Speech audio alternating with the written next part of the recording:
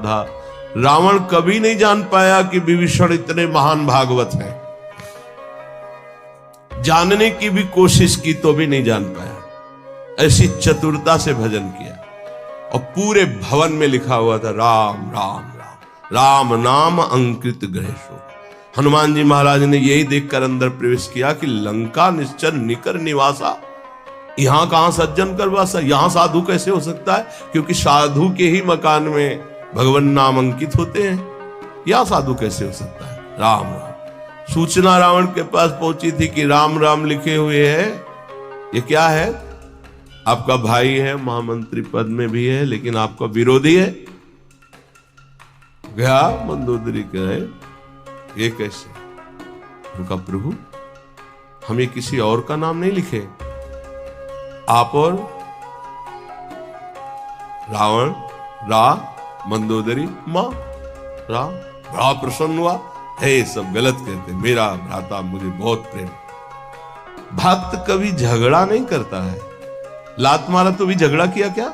तुम पितु सरिस भले ही मुझे मारा, राम भजे हित। अब खुल के बात होने लगी। पहले आग को बढ़ाओ, अंदर भक्ति की आग को, और जब इस कोटि की आग,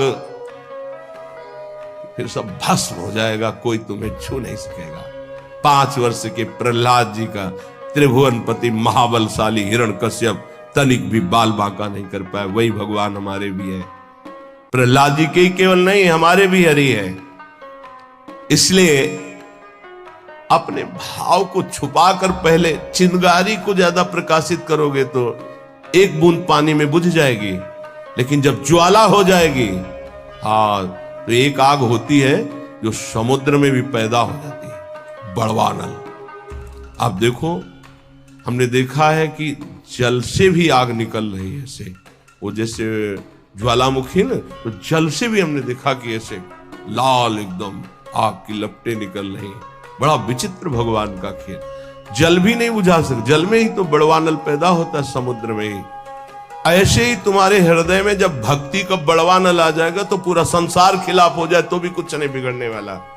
इसलिए अपनी भक्ति को जो चिंगारी हुई है उसे छुपाओ और बढ़ने दो, उसे बढ़ने दो।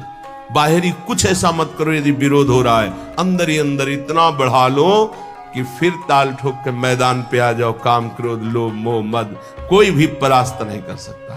फिर हरि हर समय तुम्हारे नेत्रों में बसे रहेंगे, पर हमें जीवन खोना नहीं। श्रीपाद कह रहे हैं हृदय कठोर, कठोर हृदय बना लो।